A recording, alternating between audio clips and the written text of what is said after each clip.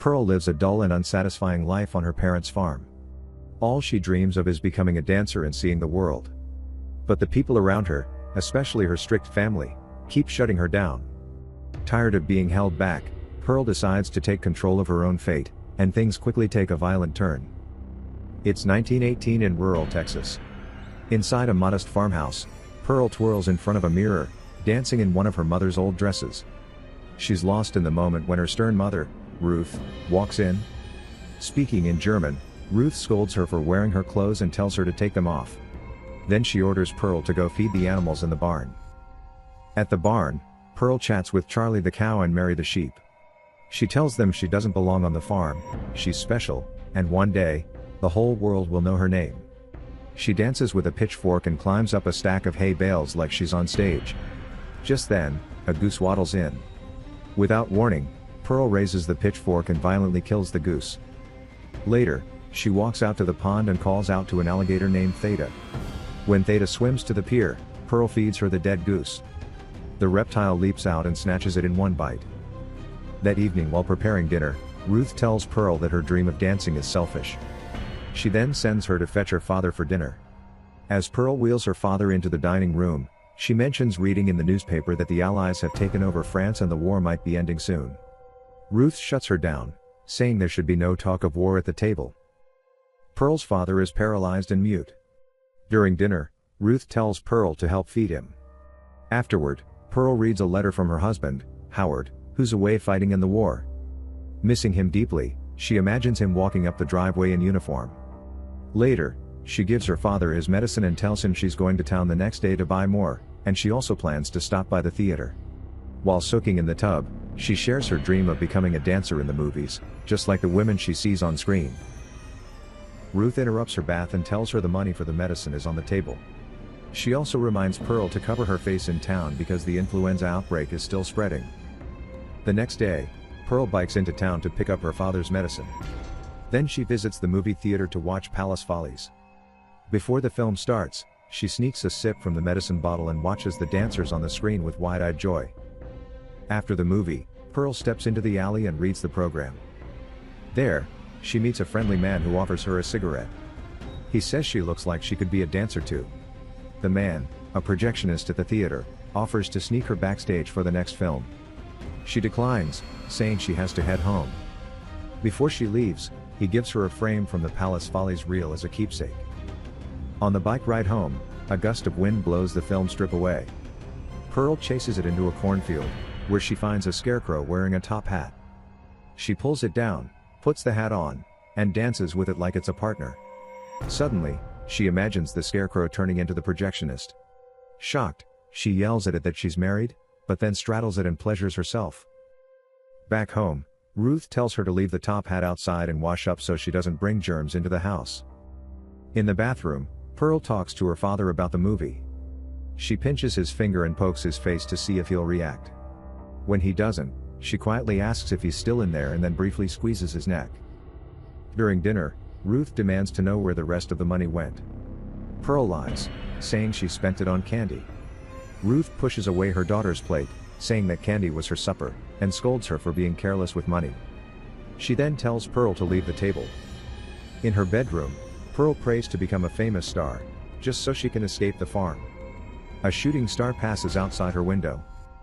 The next day, Pearl sees her wealthy mother-in-law and sister-in-law, Mitzi, arrive at the farm. Mitzi stops by the barn and chats with Pearl, asking if she's gotten any new letters from Howard. Pearl shakes her head. Mitzi mentions they once knew a doctor who could have kept Howard out of the war, but he went anyway, just to defy their father.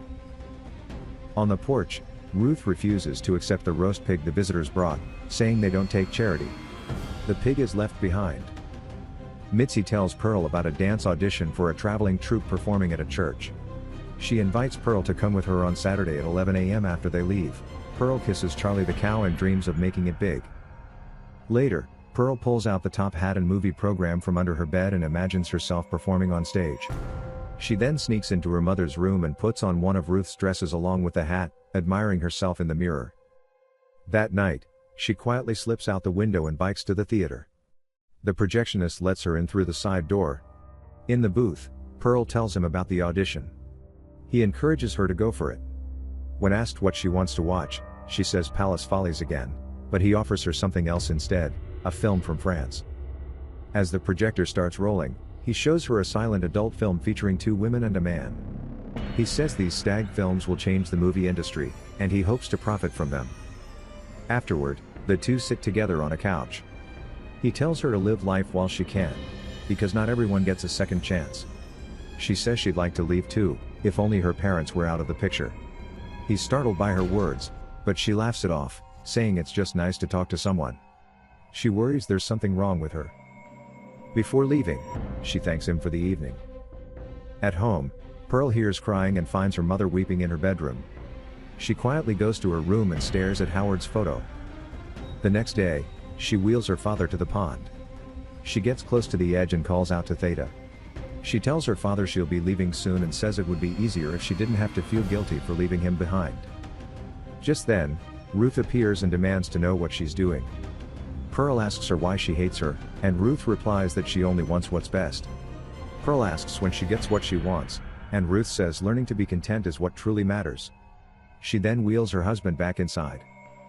Pearl notices Theta in the water and discovers the alligator's nest. She takes one of the eggs. Later in the barn, Pearl imagines Howard walking toward the house before exploding as she crushes the egg in her hands. At dinner, Ruth confronts Pearl with the movie program and tells her to isolate in the bunkhouse. Pearl says she wants to attend the audition the next day, but Ruth firmly says no. She calls her daughter ungrateful and claims she knows Pearl hides her true self, but says others will see it and be terrified. Ruth insists Pearl is sick and could hurt someone.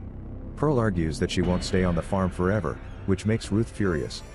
She grabs a knife and offers it to Pearl, telling her to go ahead and kill them if that's what she really wants. She threatens to slit her husband's throat herself and demands to know why she doesn't deserve to chase her dreams too.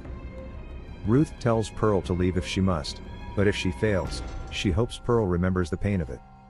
Pearl softly replies that she just doesn't want to end up like her. Enraged, Ruth slaps her. The two women start fighting, and Pearl pushes her mother into the fireplace. Ruth's dress catches fire, and she collapses, burning. Pearl puts out the flames with a pot of water. Ruth lies moaning on the floor, badly burned. Her husband watches helplessly. Pearl drags her mother down to the cellar. When she returns upstairs, she sees her father looking terrified. Later, Pearl goes to the theater and sleeps with the projectionist. That night, she dreams she's performing on stage, greeted with cheers and flowers, until her mother appears, revealing her disfigured face. Pearl wakes up, gets dressed, and tells the man she needs to practice. He kisses her and gives back her top hat. He drives her home, and on the way, she sees a soldier walking down the road, possibly Howard. She asks the man to wait outside. Inside, she apologizes to her father for leaving him. She listens at the cellar door and hears nothing. Then she wheels her father to his room and gives him his medicine. The man sees the rotting pig on the porch. Pearl invites him in and introduces him to her father. Then she brings him to her room. As they kiss, she says she wants to leave the farm. He casually says the place isn't so bad. They hear a noise downstairs, but she brushes it off. The man insists they check it out. Downstairs, he sees a mess in the kitchen. Pearl claims it was their dog and says she locked it in the cellar. When he asks the dog's name, she forgets her lie and says they don't have one. He becomes uneasy and says he has to leave. She asks if she did something wrong. He says no, but finally admits she frightens him and wishes her luck at the audition. As he walks away, Pearl grabs the pitchfork. She yells that she's not staying here, and stabs him in the chest. As his car rolls, she pulls him out and impales him through the mouth. She returns home, finds her mother at the top of the cellar stairs, and pushes her down. In the bathroom, Pearl gently wipes her father clean and tells him not to be afraid. Dressed in her mother's red gown, she kisses him and thanks him, then smothers him with a pillow. Later, she rolls the projectionist's car to the pond, where Theta is waiting. At the church, Pearl waits with Mitzi. When Mitzi asks if she's nervous, Pearl says she's just used to it. On stage, Pearl performs her routine, imagining fireworks and dancers behind her. But when it's over, the judges politely reject her. They say they're looking for someone younger and blonde. She bursts into tears and imagines her family and the projectionist on the panel. She begs for another chance and yells that she's a star. Mitzi finds her crying outside and offers to take her home. At the house, Mitzi sees the rotting pig. Inside, she comforts Pearl, who confesses that something might be wrong with her. Mitzi agrees to pretend she's Howard so Pearl can say what's on her mind. Pearl begins a long confession. She talks about her resentment toward Howard for not rescuing her from the farm. She fantasized about other men and enjoyed being with a projectionist. She felt relieved when she lost their baby, admitting she never wanted to be a mother. She says killing animals made her feel powerful, and taking human lives felt even better. She regrets smothering her father but says it was easier than leaving him. Mitzi is horrified. Pearl says she's glad Mitzi got the part, but Mitzi lies and says she didn't. Pearl catches her in the lie, and Mitzi admits she's excited to perform. Pearl asks if Mitzi will tell anyone. Mitzi promises she won't. As she leaves, Pearl picks up an axe. Mitzi runs, screaming for help. Pearl catches up and strikes her with the axe. As Mitzi pleads, Pearl says it's no longer about what she wants, it's about making the best of what she has. Later, Pearl lies in her mother's arms in the cellar. She dismembers Mitzi and feeds the pieces to Theta. She sets the table in the dining room and props up her parents' bodies. When Howard returns from the war, he finds the horrific scene. Pearl greets him with a wide, unsettling smile and says she's so happy he's home.